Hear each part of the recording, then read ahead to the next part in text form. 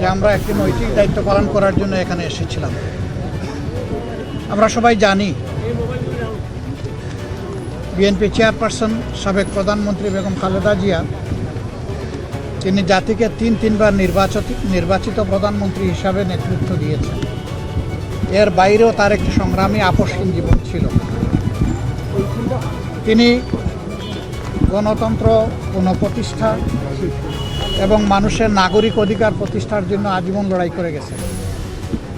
সেই লড়াই করতে করতে তার শেষ জীবনটা অত্যন্ত বেদনাদায়কভাবে জেলেও একাকিত্বে কেটেছে। এই সময় যারা দেশ শাসন করেছেন তারা তার সাথে অমানবিক আচরণ করেছেন। তিনি যখন গুরুতর অসুস্থ হয়ে পড়লেন তখন তাকে বিদেশে নেওয়ার জন্য দল পরিবারের পক্ষ থেকে বারবার অনুরোধ করা হয়েছে। সরকার তো আমলে নেইনি, বরঞ্চ এগুলা নিয়ে বারবার উপহাস করেছে।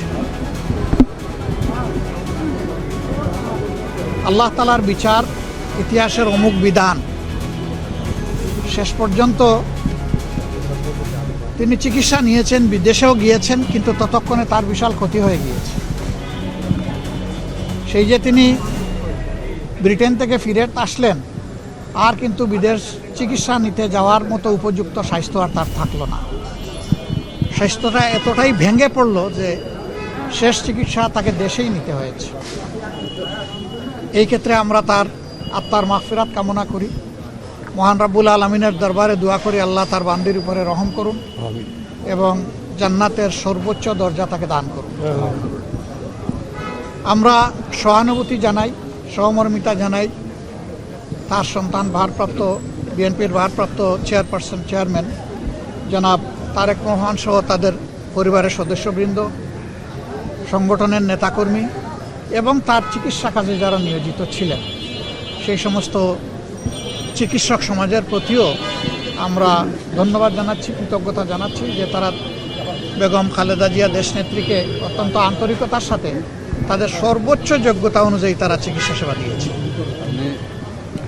এটা আমাদেরকে অনুপ্রাণিত করে যে ভবিষ্যতে নাগরিকরা এমনটাই আমাদের দেশের চিকিৎসক সমাজের কাছে আশা করতে পারে।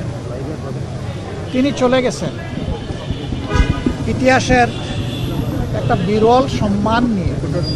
তার শেষ বিদায় সম্বর্ধনা অনুষ্ঠিত হয়েছে গতকাল এবং মানুষ আবেগ দিয়ে চোখের পানি দিয়েই তাকে বিদায় দিয়েছে। এইটা তার পাওনা ছিল। উনি জাতির জন্য যে অবদান রেখেছেন তিনি তার পাওনাটাই আল্লাহর পক্ষ থেকে পেয়েছেন। তার এই পাওনা দেখে আমরা অনুপ্রাণিত হই। আমরাও যদি জাতির জন্য সেরকমটা অবদান রাখতে পারি, হয়তোবা এদেশের মানুষ আমাদেরকে এইরকমই একদিন বিদায় দেবে। এটা সবার কপালে জুটে না। এই সম্মানটা পাওয়া, মানুষের চোখের পানি দিয়ে বিদায় সম্বর্ধনা পাওয়া, এটা বিশাল ব্যাপার। আমরা এই জন্য আল্লাহ রাব্বুল আলামিনের শুকরিয়া আদায় করি যে তিনি তার বান্দির প্রতি রহমশীল হয়েছে। দেশ এখন একটা গুরুত্বপূর্ণ বাঁকে আছে। আগামী নির্বাচন অনুষ্ঠিত হবে একই দিনে, জাতীয় সংসদ নির্বাচন এবং গণভোট। সংস্কারের জন্য গণভোট আর সরকার গঠনের জন্য সাধারণ নির্বাচন।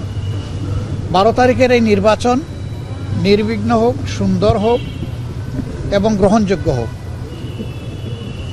আমরা এটা দোয়া করি। আজকে এই বিষয় নিয়ে আমরা আলাপ আলোচনা করেছি এবং আমরা এটাও বলেছি প্রিয় দেশের স্বার্থে অতীতে আমরা একসাথে কাজ করেছি, আগামীতেও দেশের স্বার্থে ইনশাল্লাহ আমরা একসাথে কাজ করব।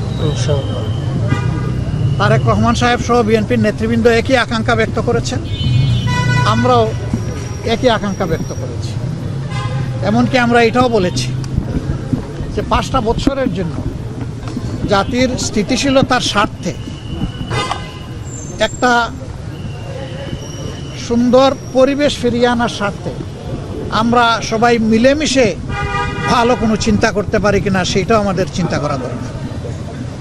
এবং আমরা এটাও বলেছি নির্বাচনের পরপরই, সরকার গঠনের আগেই আমরা ইনশাল্লাহ বসবো, খোলা মনে কথা বলবো, জাতির জন্য আমরা চিন্তা করব, জাতির জন্য আমরা সিদ্ধান্ত নেব। আপনারা দোয়া করবেন আমরা সবাই যেন ম্যাডাম যে ঐক্যের জায়গাটা পাটাতন যেটা তৈরি করে দিয়ে গেছে তার উপর দাঁড়িয়ে আমরা যেন আমাদের দায়িত্ব পালন করতে পারি। আপনাদের সবাইকে অসংখ্য ধন্যবাদ। আবারও ম্যাডামের আত্মার মাগফিরাত কামনা করছি এবং শোক সন্তপ্ত পরিবার, তার আপনজন, প্রিয়জন, তার সহকর্মীবৃন্দ তথা দেশবাসীর প্রতি আমরা গভীর সমবেদনা জ্ঞাপন করছি। আসসালামু আলাইকুম ওয়া রাহমাতুল্লাহ।